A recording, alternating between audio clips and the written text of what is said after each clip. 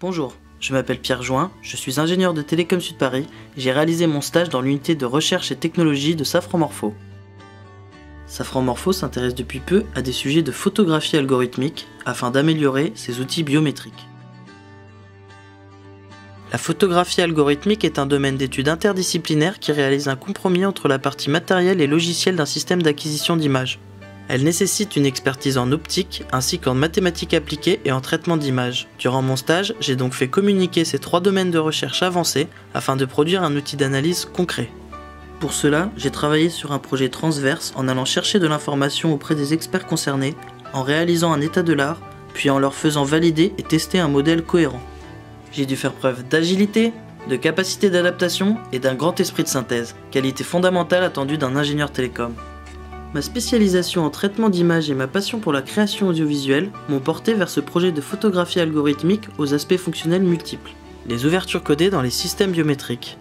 Aujourd'hui, on recense près de 950 000 appareils de vidéosurveillance en France. Cependant, lorsque l'on traite un flux vidéo afin de réaliser une identification biométrique, on constate que plus de 30% des images sont inutilisables car les parties utiles de la scène filmée sont floues.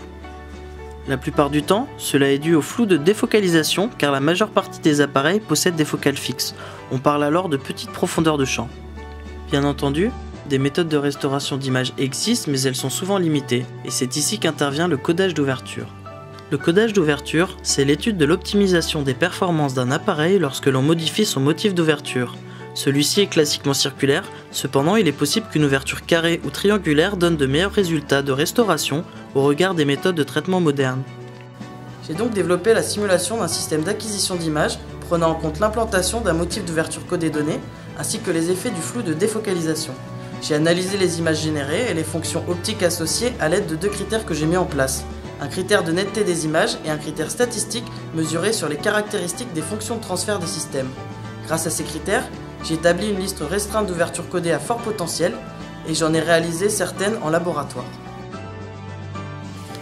Finalement, après vérification de mes mesures et validation de mes modèles, Safran Morpho a décidé de retenir certains motifs afin d'approfondir ses analyses dans le futur. 2 dépôts de brevets ont été proposés autour de mon sujet et ma simulation a été conservée pour être réutilisée dans d'autres études. D'un point de vue plus global, l'implantation de telles ouvertures pourrait révolutionner le marché multibiométrique du groupe Safran avec plus d'une centaine de milliers de dispositifs potentiellement affectés. Le concept pourrait alors s'exporter à d'autres domaines d'activité comme la vidéosurveillance ou l'imagerie médicale. En ce qui me concerne, ce stage m'a apporté une grande satisfaction tant d'un point de vue technique que d'un point de vue personnel, car j'ai pu continuer l'aventure avec le groupe Safran, qui a su reconnaître mes compétences en me proposant une riche expérience en tant que chef de projet transverse dans une de ses usines de production à Kuala Lumpur.